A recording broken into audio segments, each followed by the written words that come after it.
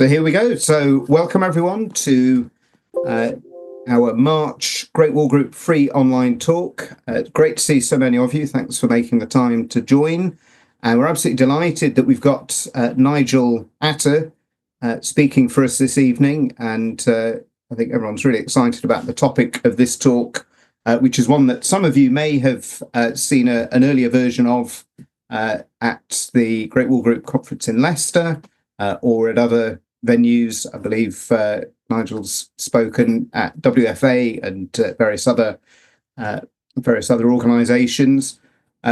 So probably we will be familiar to a lot of you, but if he's new to any of you, by way of a quick introduction, and I should introduce myself as well, just in case anyone doesn't know me, I'm Henry. I'm one of the trustees of the Great War Group, and it's also my honour to be involved in organising the free online talks for the group. And we've got some really interesting talks lined up this year, and delighted we've got Nigel this evening. Nigel's an independent scholar of the Great War. His primary interests are the 8th Lincolnshire Regiment at the Battle of Loos in 1915 and the 2nd Battalion Leicester Regiment throughout the First World War, of course, the focus of tonight's talk. Nigel was a founding member of the Leicestershire and Rutland branch of the Western Front Association and is a regular speaker at branch meetings presenting his research. Nigel is also a published author. Has published 3 books and is also contributing a chapter to the forthcoming volume on Douglas Haig, which is being coordinated by Great War Group at the moment. But for tonight, we're going to be focusing on the second Leicesters on the Tigris in Mesopotamia. So with that, Nigel, I will hand over to you. Thanks very much, Henry. And also thanks to the trustees for giving me this opportunity to speak about one of my favourite topics. Behind the scenes, I know that speakers should never start a presentation with an apology, but behind the scenes, just before 8 o'clock, we had to quickly switch out the Microsoft version of this presentation and move over to Apple. So you might notice that some of the text formatting has moved around on the slides a little bit, but I don't think that will inhibit us from moving on, particularly. Personally, I was sort of late to the First World War, but I discovered my great-grandfather's service records, and so the First World War has been with me pretty much ever since. And as Henry has kindly outlined, I've sort of, have a couple of niche topics that are of real interest to me, mostly in and around the 1915 as well. But for this presentation, I'm going to be looking at some background and context before we get into the action in and around Mesopotamia, looking at the relief effort for Kut al-Amara, and then looking at specifically the actions during that period up until around about November 1917, when they were transferred out of Mesopotamia to elsewhere. And now I'm going to do that, which is great. So obviously what you can see here is a map of Iraq, Mesopotamia. It was a seat of ancient civilization. And as you can see there are 2 great rivers that run through that country, the Euphrates and the Tigris. And many names and towns and cities will be familiar to us, such as Basra, Baghdad, Mosul, and so on and so forth. But why were the British there in the first place? Iraq at the time was pretty much backwater. It had been ruled by the Turkish Empire for approximately 300 years. They really haven't done very much with it. But the simple answer to my question is that there was oil. Oil was being increasingly used, of course, for motor vehicle transport and for aircraft. But perhaps more importantly, the Royal Navy was converting its fleet from coal to oil. So here, in the image we can see there, is the Anglo-British Oil Works at Abadan.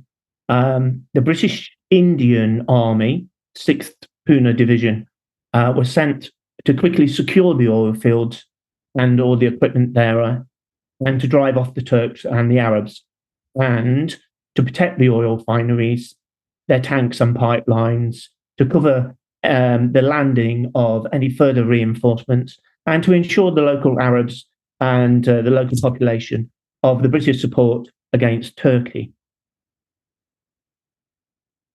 But the Germans had imperial ambitions of their own. Indeed, one might argue that led directly to the start of the First World War.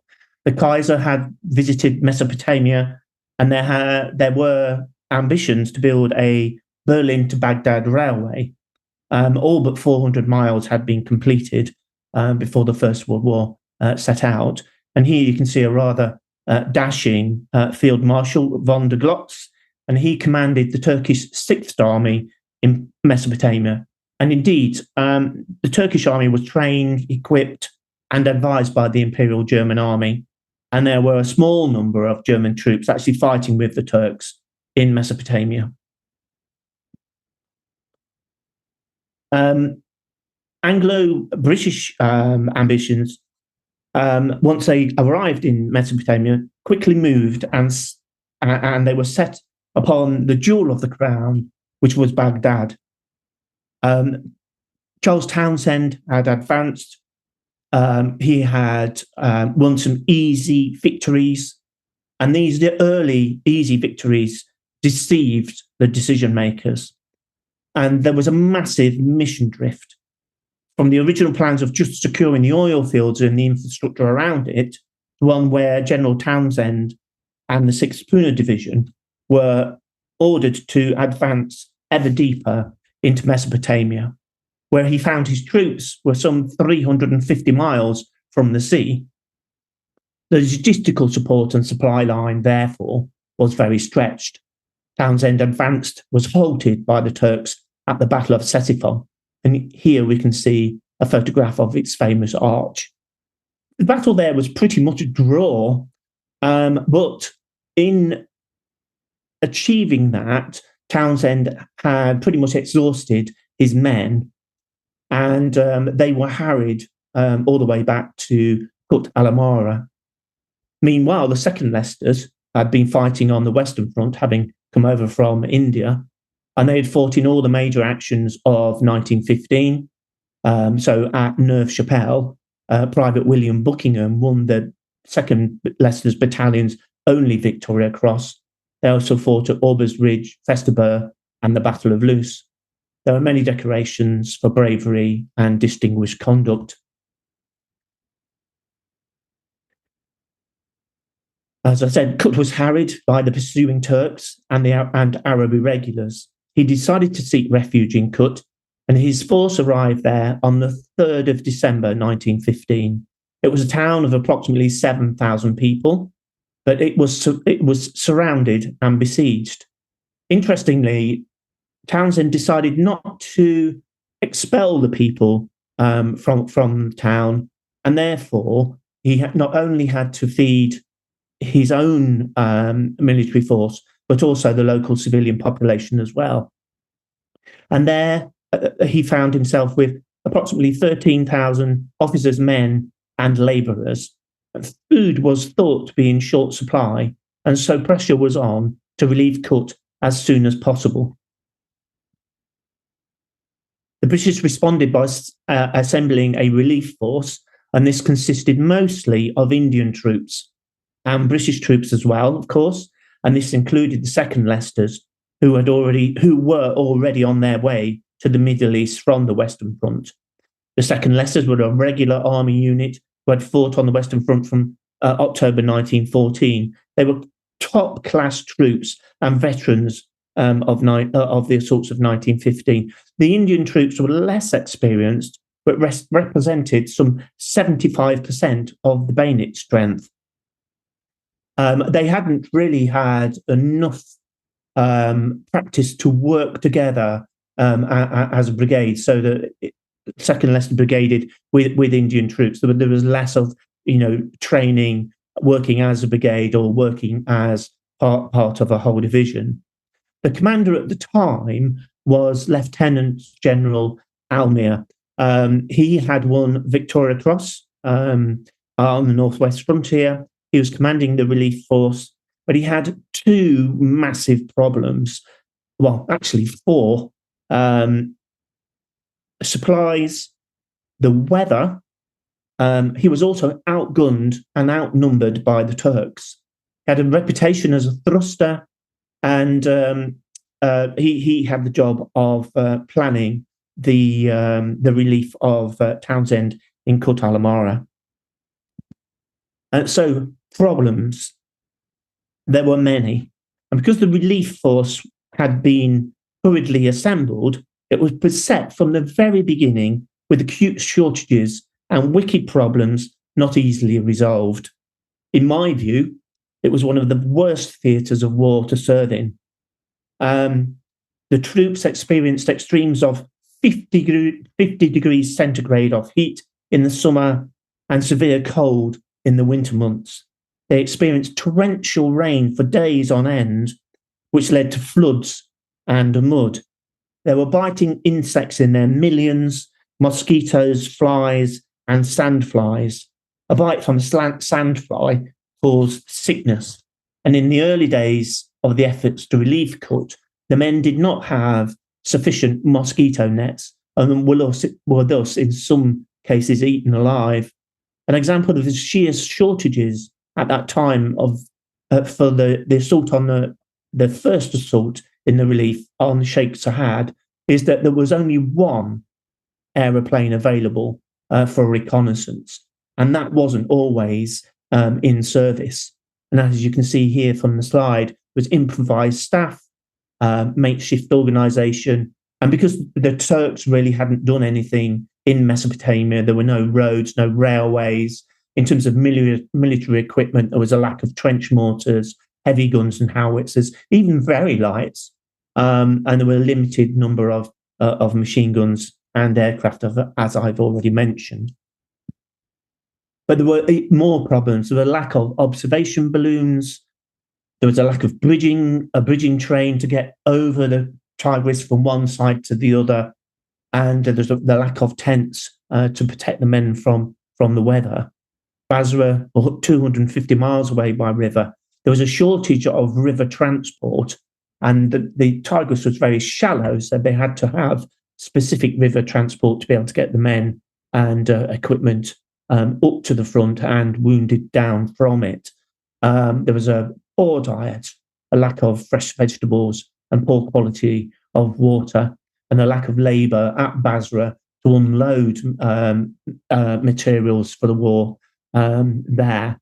I mean, there weren't sufficient tents to protect the troops from the worst effects of the sun or the rain. And when supplies did arrive, they were literally stuck at Basra.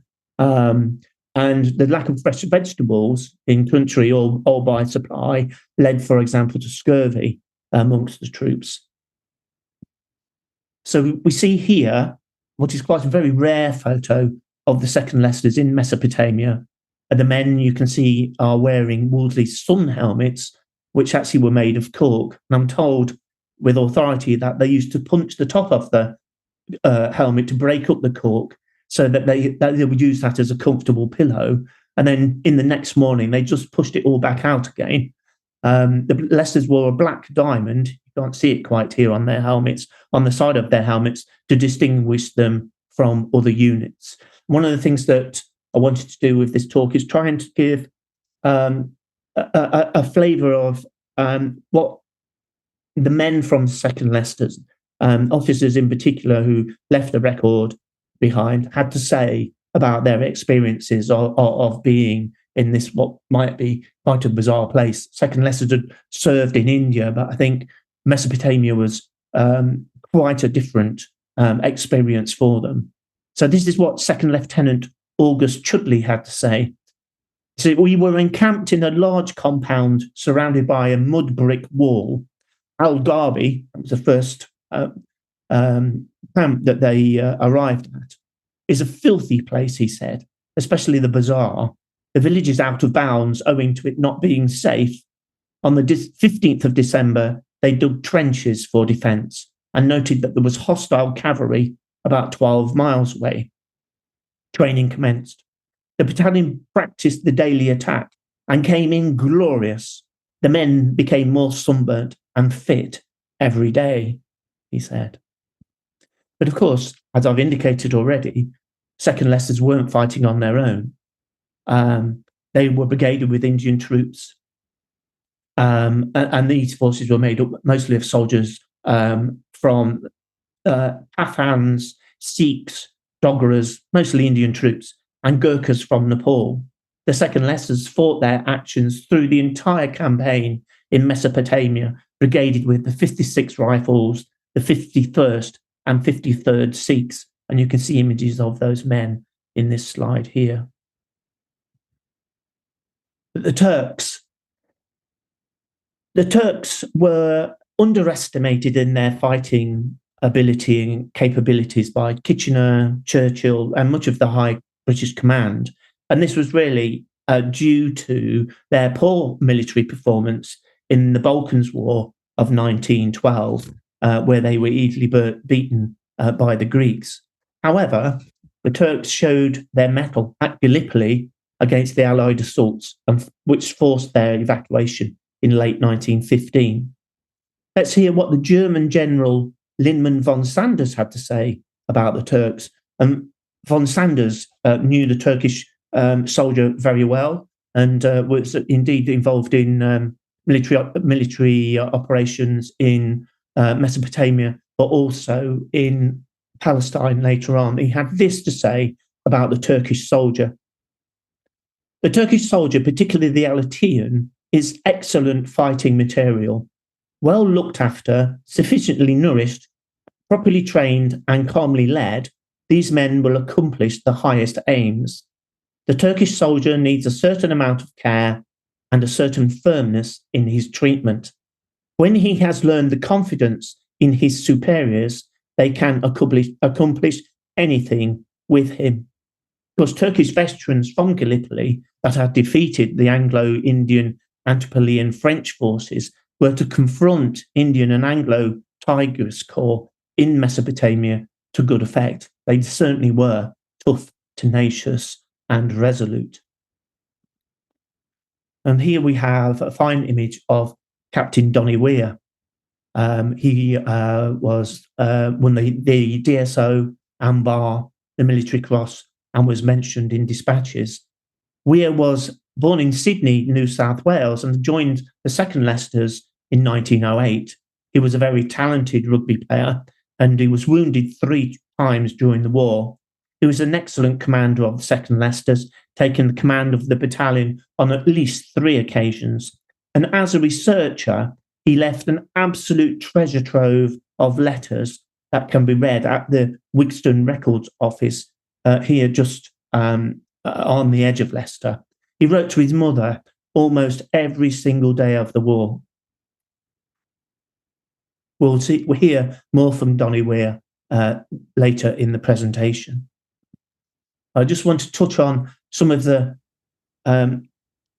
external aspects of the campaign that not necessarily military, but had an impact on its operations. Napoleon said that an army marches on his stomach, but let's hear what Field Marshal Slim had to say. Slim was a junior officer in the Royal Warwicks during the Mesopotamian campaign, and he wrote a very, forget the pun, slim volume called The Unofficial History, and then talks about his experiences in Mesopotamia. And he states that the climate played his part, and the humid summer heat in the fly-infested tents were almost unbearable. Comforts and amusements, there were none.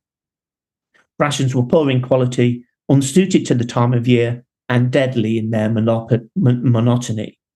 Bully beef, I can still hear the sickly plop with which half liquid it oozed from the tin, and biscuits unearthed from some long-forgotten surplus of the South African War. And when men did attempt to eat, they had to fight for their food and fight off the flies. Let's hear what Aubrey Herbert, MP, had to say about those. Nothing that I've ever seen or dreamed of came up to the flies. They hatched out until they were almost there. They were in their myriads. The horses were half mad. The flies were mostly tiny, and they rolled up in little balls when one passed one's hand across one's sweating face. They were on your eyelids and lashes, and in your lips and in your nostrils, and we could not speak for them and could hardly see. And a bite from a sandfly was said to be that equivalent to a bulldog. It could bite through the ordinary clothing the men wore, including corduroy trousers. I think it's bad enough fighting an enemy, but when you're fighting weather and the environment as well, I think that just adds an extra element of discomfort and distress on the soldiers. The weather was mental. You could get 11 degrees of frost in the early parts of the year in Mesopotamia, and the heat is incredible during the summer. Indeed, troops wore a special piece of equipment called a spine pad, which was thought to protect them from the heat and protect them from heat stroke. It didn't. Plus, there were an army of diseases to contend with, including still the plague in Mesopotamia. And quite surprising to me when I first came across this work was that the whole area was subject to severe flooding. I mean, mostly you see Iraq, Mesopotamia as a desert, but the floods were caused by meltwater from mountains to the east of the Tigris. It made movement extremely difficult and caused huge problems in bridging the Tigris. The period during the whole of the relief effort was severely affected and hindered by atrocious weather. The rain was said to come down in buckets with lightning and thunder.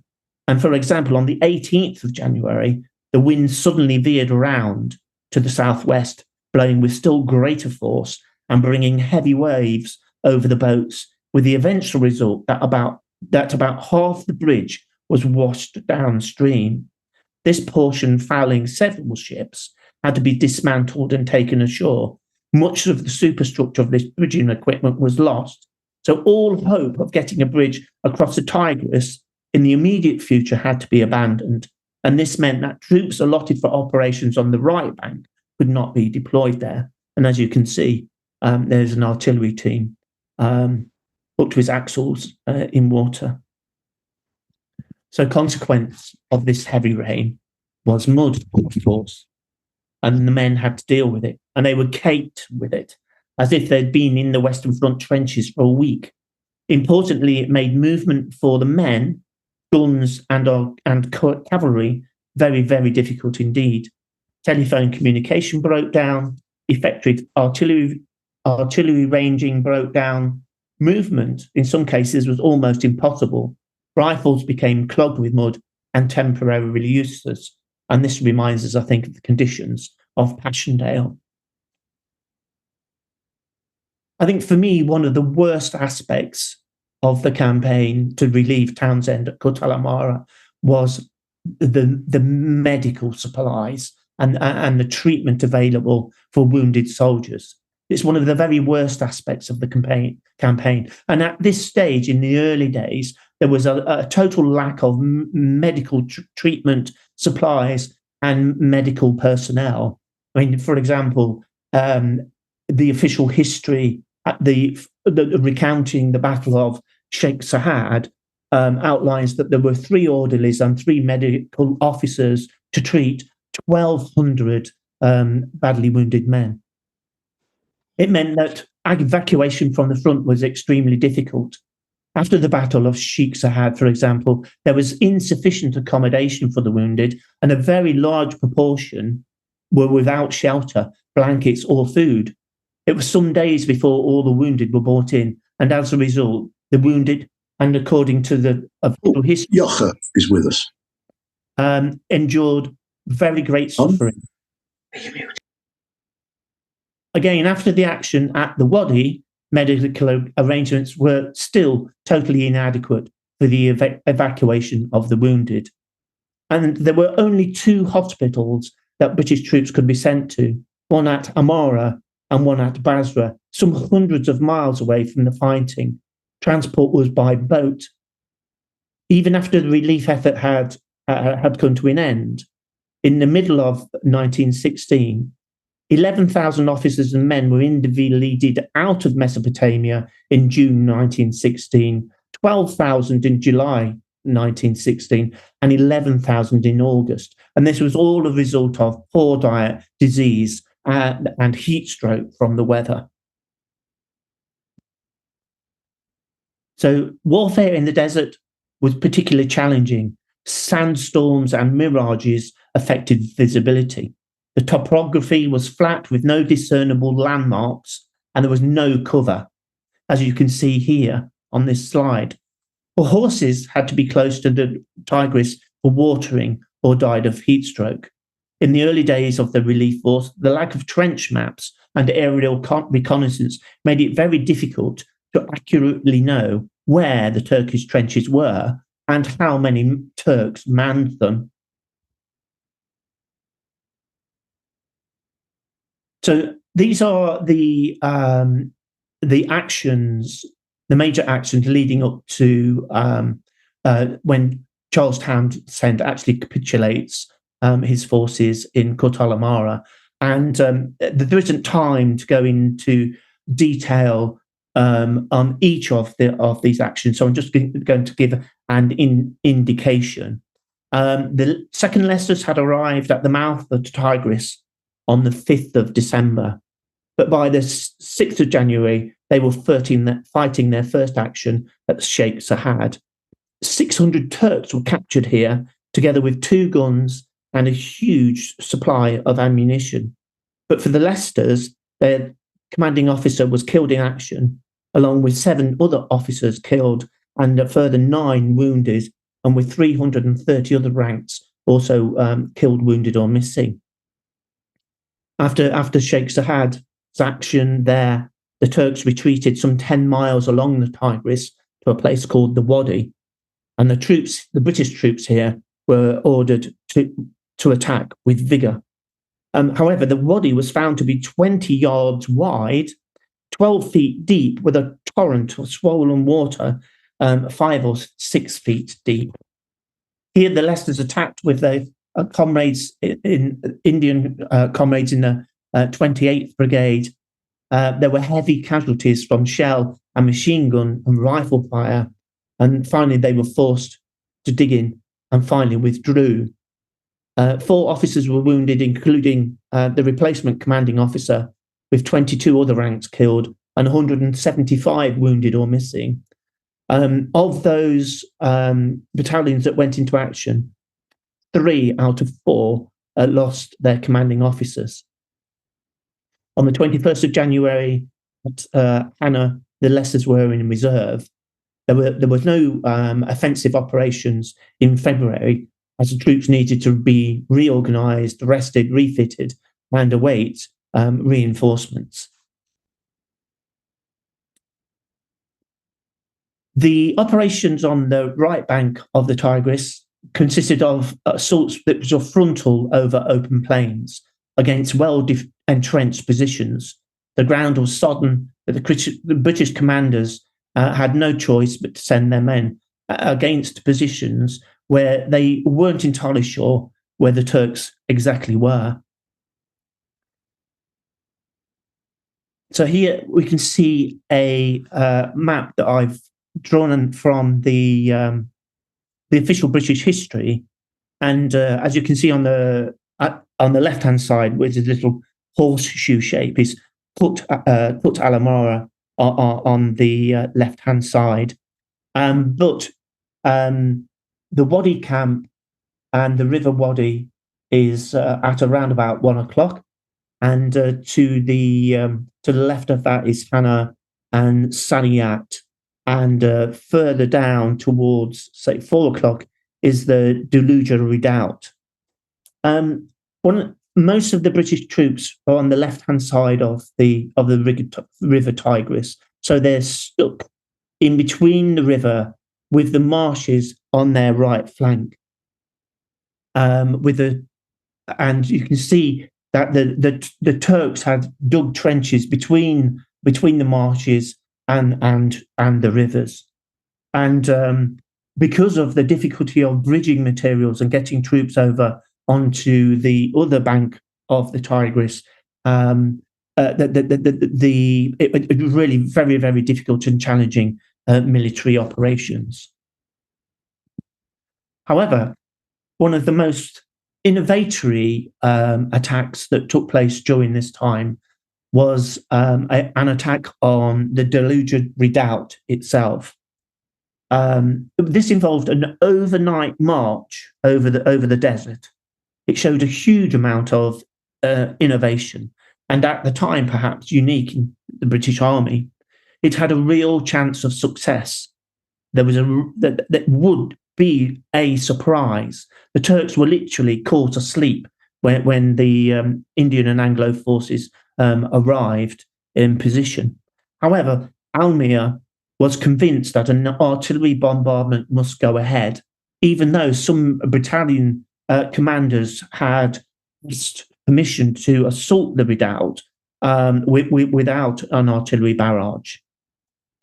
For their part, the 2nd Leicesters made the assault and incurred up to 24% casualties.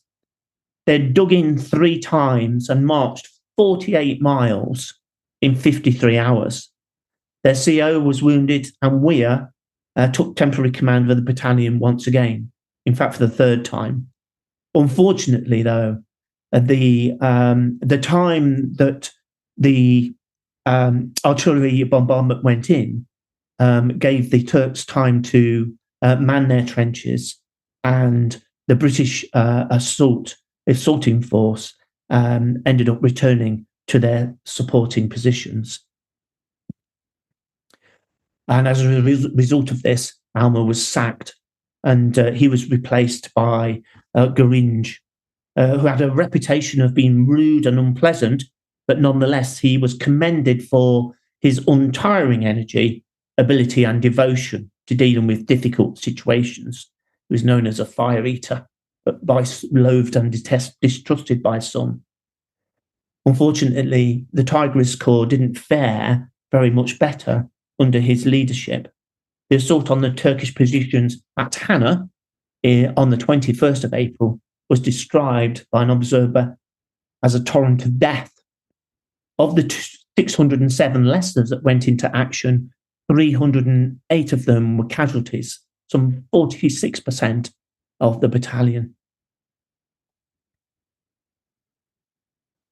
Townshend surrendered on the 29th of April, and including in that surrender were 5 generals, 400 officers, and 13,000 other ranks and Indian levies.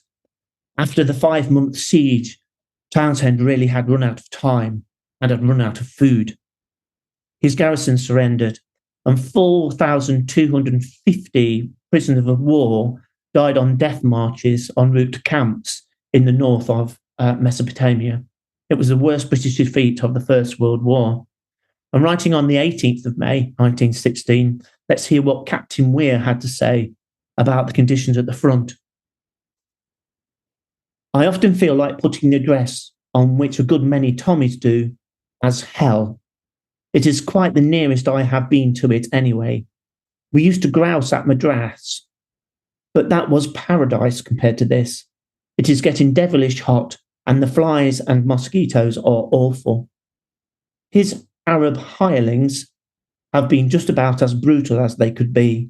They butcher the wounded and the wanderer and absolutely strip the dead of clothing. This was common practice in Mesopotamia, where troops would be dug up and clothing and other equipment would be taken from them.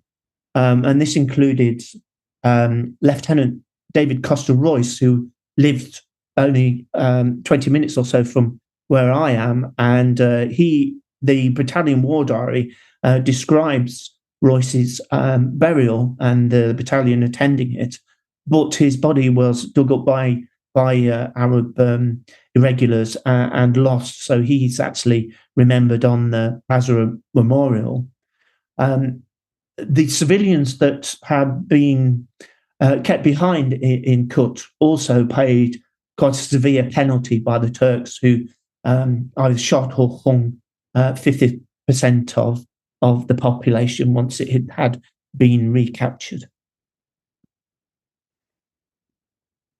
Maud replaced Gurrinj in July 1916, and this was an absolute sea change for the leadership of the Tigris Corps. Maud was a professional, methodical officer, an organizer, and a planner. And in that planning, he was meticulous. The soldiers loved him, and they knew he cared. The Tigris Corps, under his leadership, was reorganized, re-equipped with better equipment, and reinforced.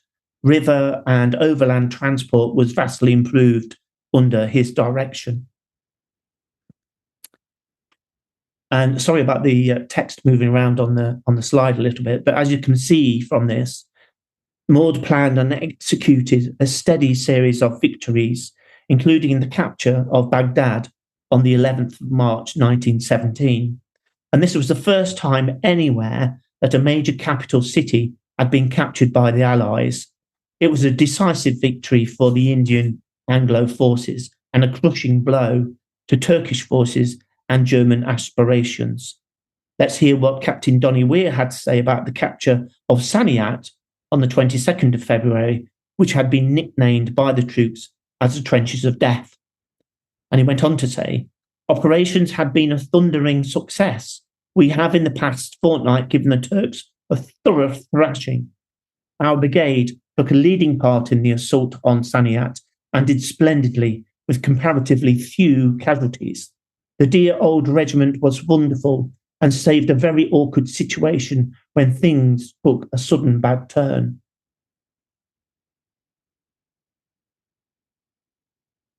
Let's hear from him again. Kut had been recaptured on the 24th of February. In the afternoon, he says, I visited Kut with the general and some others. It is an awful spot. We have followed up the Turks hard ever since and practically routed them, capturing 12 guns and several German mortars, some 3,000 prisoners, several ships, and bridging material. General Maud, who commands the army out here, has done really splendidly. And in comparison, Linman von Sanders reported that on the 24th of February, a strong infantry attack of troops that had crossed the river Tigris broke the centre of the 52nd Division, veterans of Gallipoli, and the Turkish 40th Infantry Regiment was almost totally destroyed. This wonderful image shows Maud riding through Baghdad ahead of his troops. He was to bring order to the city and use it as a launching pad for further attacks on the retreating Turkish army. Let's hear what Donny Weir had to say when he arrived. We are at present having a rest camp near Baghdad, a well-earned rest after the race we had up here after the Turk and the pretty hard fighting. My regiment did splendidly again and have more than maintained their wonderful record in this war. Colonel Natchbull returned to the regiment to take over command. Recalling a sandstorm, he said, at times you could not see 5 yards in front of you. It was so bad. And in this image, we can see the 2nd Leicester's colleagues, the Indian troops, at Baghdad railway station. These were men brigaded with the Leicesters. But here, we can actually see the very bell that was in Baghdad station itself. 2nd Leicesters were billeted in the vicinity of the railway station. The bell had been the gift from Germany to celebrate the Berlin to Baghdad railway. It was taken as a souvenir and now resides in the Leicestershire Regiment Museum in Newark Houses in Leicester. And if you ever have the opportunity to visit, I would recommend that you do. Before the bell was placed in the regimental museum, it was at the headquarters of the 2nd Battalion, and we used to be rang. The hours used to be rang out using this particular bell, and I had the privilege of actually going into the museum, and the curator was able to open the cabinet for me, and that's how I've got this this photograph for this presentation here. I'm hoping that you can see this okay. What I'm trying to do here is outline some of the operations of the Tigris Corps to the north of Baghdad, where Maud was trying to hunt down and destroy the remaining Turkish forces. You'll note the mountains to the east, on the right-hand side of the image, where the meltwaters from these mountains would flood the river Tigris. Also of note, along the river Tigris, you can see a place called Istanbulat, where the 2nd Leicester's next action would take place. So let's hear from Reverend E.J. Thompson, who was serving with the Leicesters. This action took place on the 21st of April, 1917.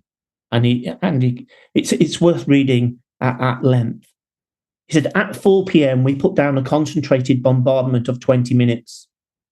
The Leicestershire's, a forlorn and depleted hope, moved swiftly up to within assaulting distance, C Company in reserve behind the right. The 51st Sikhs supported the attack. The 56 Rifles put down the heaviest fire they could of rifles and all effective machine guns in the brigade. At 4:20, the guns lifted 100 yards, and the Leicesters rushed in. Captain Hasted, watchful behind C Company, pushed up rapidly to assist the front line. A long line of Turks rose from the ground, and all these and the enemy's second line also were taken prisoners. Dugouts were cleared, and many officers were taken, and altogether the Tigers, hardly 200 strong by now, took 800 prisoners.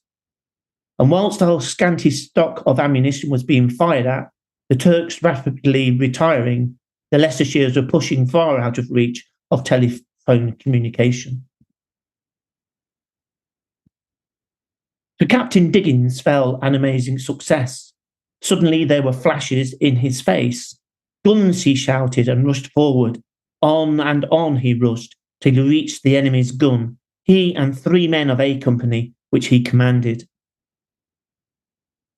These guns were in a ravine by the riverbank. Their crews were sitting round them, and Diggins beckoned them to surrender, which they did. In all, from several positions, Diggins took 7 14-pounders and 2 5.9s. Diggins sent his prisoners back, battery commander and all. This is one of the most famous actions of the 2nd Leicestershires during the First World War. We're approaching the sort of final actions of the 2nd Leicestershires in working with the Tigris Corps. Their last action would be at a place called Dor. And these, as you can see here, you will notice how far in equipment, planning, and logistics Maud's Tigris Corps had come. Please note that the 500 Ford vans weren't for transporting the troops, but were for transporting water to keep the men and cavalry going. This was a combined arms operation, including the Royal Flying Corps, infantry, cavalry, heavy artillery, 6 60-pounders, 4 6.4-inch howitzers, and all this supported by a mobile armoured vehicles. The assault was intended to destroy the Turkish 51st Division. The Indian Anglo Force had the Cavalry Division, the 7th Infantry Division, and the 21st Brigade, and 80 guns at their disposal. The planning was carried out with utmost secrecy, detailed guiding and marching to a strict timetable, much of it at night. The 28th Brigade, which was included the 2nd Leicesters, moved up to their assault positions following a night march of 17 miles. All the troops were in position by 4:30 a.m. Let's hear what a Leicester's officer had to say who was there. The night was maddening with cold, and the rum ration came as a sheer necessity. The troops were without coats or blankets. The night was described as one of insane wretchedness. The 56 Rifles led the attack with the 2nd Leicesters on their right, the 51st Sikhs on their left, and the 53rd Sikhs in reserve.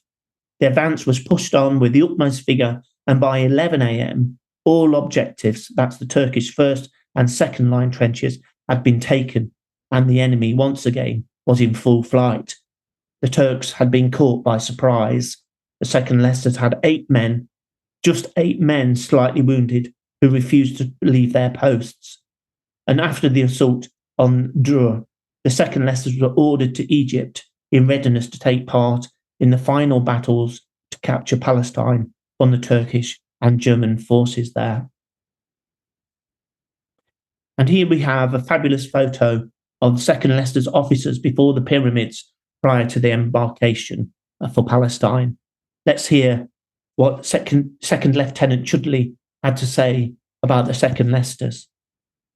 He said, nothing shall ever cause me to forget our loyal, tough, and brave fellows, toiling, fighting, being knocked out, but coming back ever again, ever ready to take the hardest action without a flinch, ever ready to tackle death. That is the end of my presentation. So thank you very much indeed for your time and attention. And thank you very much. That was a wonderful talk. Very, very evocative, and some stirring words there at the end to finish with. So, yeah, so it was interesting that the first quote was from the very same officer, and I ended a quote with the same officer as well. So that was great to be able to. Yeah, I think it's always very powerful to sort of hear the words of the people who were there.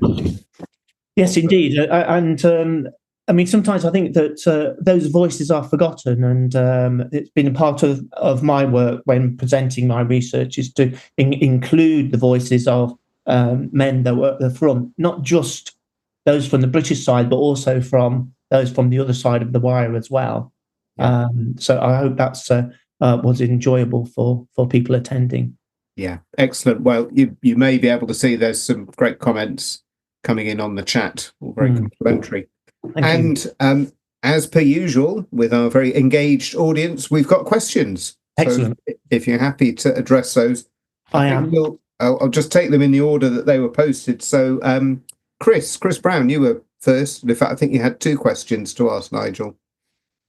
Yeah, thank you. The first one was, I think you probably answered it a bit later, but the first attempt to relieve Kut, the other units, was it all the Indians, and were there other British units involved in that? That was the first one. Yeah, yes, there were. So each brigade was made up of 75% Indian troops and 25% British troops. So that in the 28th Brigade, for example, there was Sikhs and the 56 Rifles and 2nd Leicesters. But there was a brigade of the Black Watch, and the 2nd Manchesters were also brigaded with other Indian troops as well. But all of the fighting that was done in Mesopotamia was largely fighting undertaken by Indian troops. That's grand, thanks. And the second question I put up was, if I may, was the massacre once Kut was taken. The Turks, you said, executed 50% population. Was there ever any explanation why they did that? Not that I have found. I think that it was a sense of, I suppose, retribution that the local population may have been seen as assisting the British and Indian troops in Kut in some way. It was interesting that Townsend made the decision not to expel the civilian population. I think one of the failings of Townsend was that he didn't properly undertake an audit of the food and supplies in Kut itself. and so there was a huge impetus to try and rescue the men there. But they thought that food supplies would run out in January. But in actual fact, there was enough food there to last them all the way through to almost the end of April.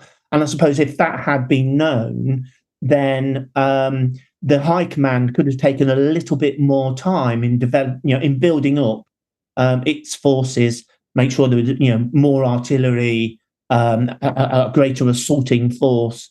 But they didn't, and that what happened. Yes, thank you very much. Thank you for your questions. Thanks, Chris. And Lockie had an interesting question relating to some sightseeing. Yeah, it was. Thank you, Nigel. That was really validating, actually, because it sort of supported some of the stuff that I'd learned about things in the British Museum and some of the very early civilization, city dwelling, is in that part of the world, and it's this sort of move away from the Fertile Crescent, where life is not too difficult, to actually this really unpredictable flooding kind of area, and then the need for workforce to maintain all the kind of waterways and things and stop the floods and ease the droughts and that sort of stuff. So I guess my question really was was there an awareness of the history of the region? I guess there must have been, at least from the officers, and any kind of endeavours to see any of the kind of famous sites of antiquity, with them having been excavated through the 19th century, and some really famous stuff having come to England from that part of the world. I think that through Bible study and Bible classes, most of the men would have gone to Sunday school or attended church, the British soldiers, that is. So they would have been aware that Mesopotamia was the cradle of civilization. That's where writing was first developed.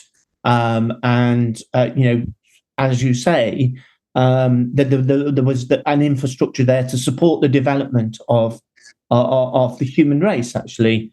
But over time, as we see across history, there is an uneven development across the globe. So you might see the development of industrialization in Europe during the 16th, 17th, 18th century, and that what happened there. And there was that wasn't kept up in other parts of the world. But in terms of visiting antiquity, it was mostly the pyramids in Egypt. There were some tombs and buildings that people would have been aware of. In Mesopotamia, it was supposed to be the home of the Garden of Eden, and yet when people arrived, all there was dry desert and a river. There was not very much at all. All of the infrastructure in terms of buildings were mud brick buildings, and the vegetation was very scarce. There was some along the sides of the rivers, but there were no roads, there were no railways. In terms of health and social care, there was nothing there. There were, an Arab population, some of which would aligned itself to the Turks, and some of which were neutral, I think, to British and Anglo-Indian forces when they arrived.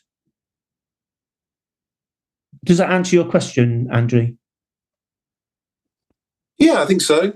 Yeah, just a general awareness of what they knew of the region, I guess, is what I was asking. So thank you. Yeah. Excellent. Thanks, Nigel. Thanks for the question, Lockie. And we had one from Steve as well about Slim. Yeah, you mentioned about Slim had written a Slim book, as you yes from there. It was obviously operating 700 miles from his logistical base. I'm guessing he learned a lot from that experience to then implement in his World War II campaign. Does he comment on that at all in his book? Not that I recall, Steve. Actually, I mean, I would need to go back and have a look at that. Clearly, my focus was on his time spent in Mesopotamia, it was interesting that he took the time to write that down, and I think it's an important volume where you get the perspective of a junior officer, commanding armored car units. I think it was in Mesopotamia. The heat was incredible, of course, inside armored cars. But I'm not answering my question because I can't recall. But I'll have a look for you and get back to you on that. Thanks, Nigel. Right. And we have a very specific question in from Bruce as well, relating to General Maud. Well, Maud apparently died from cholera. He drank contaminated milk. Some sources we've seen say that he was buried in Baghdad and is still there. Another one says that he was repatriated and buried at Brompton Cemetery. Well, he can't be in both places. No. Was he repatriated or not? Do you know? I don't know. But he certainly was buried in Baghdad. There was a huge statue placed over his tomb with Maud on horseback, similar to the one of Haig on Whitehall, very similar size.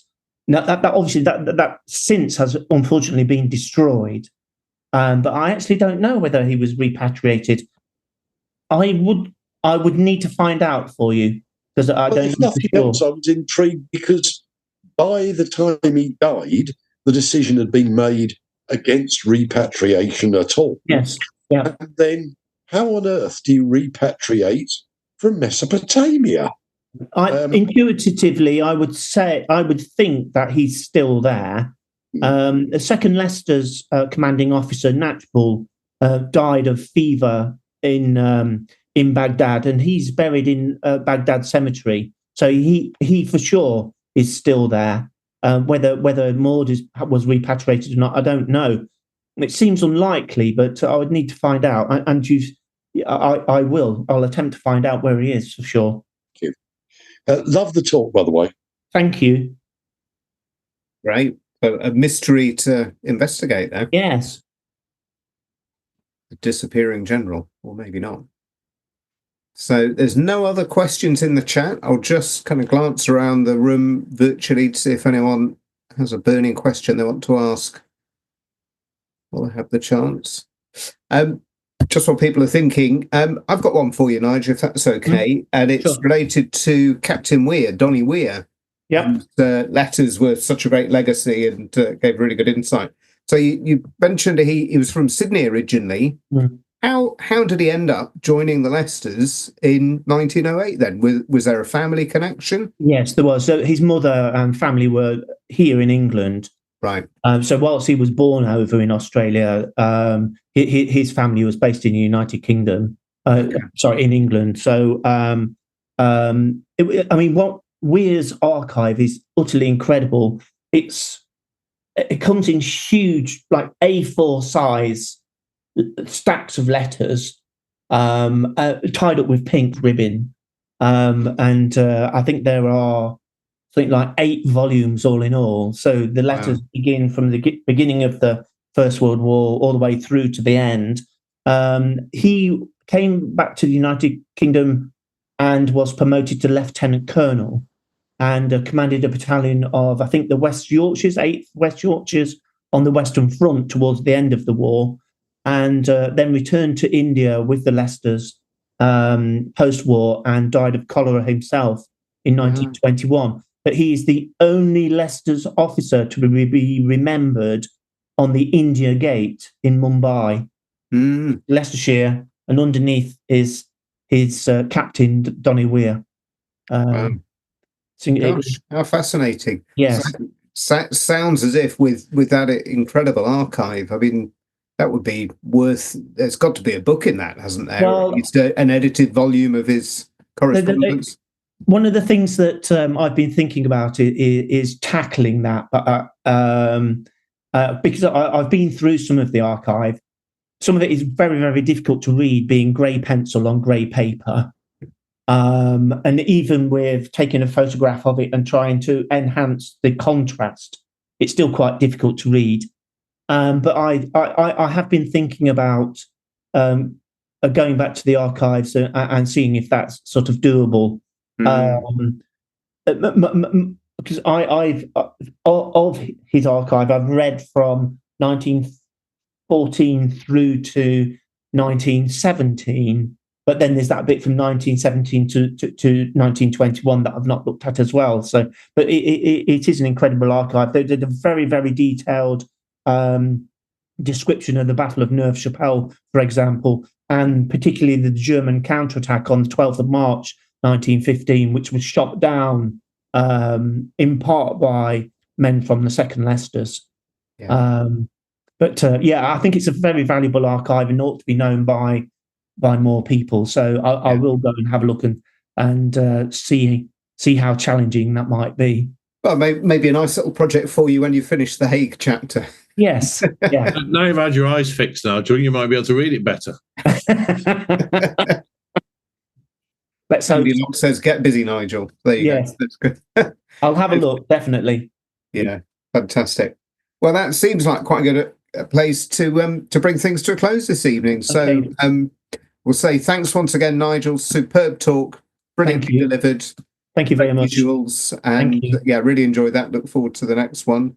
And many thanks to all of you for joining. As always, really great to see you all, and thanks for your support of these talks.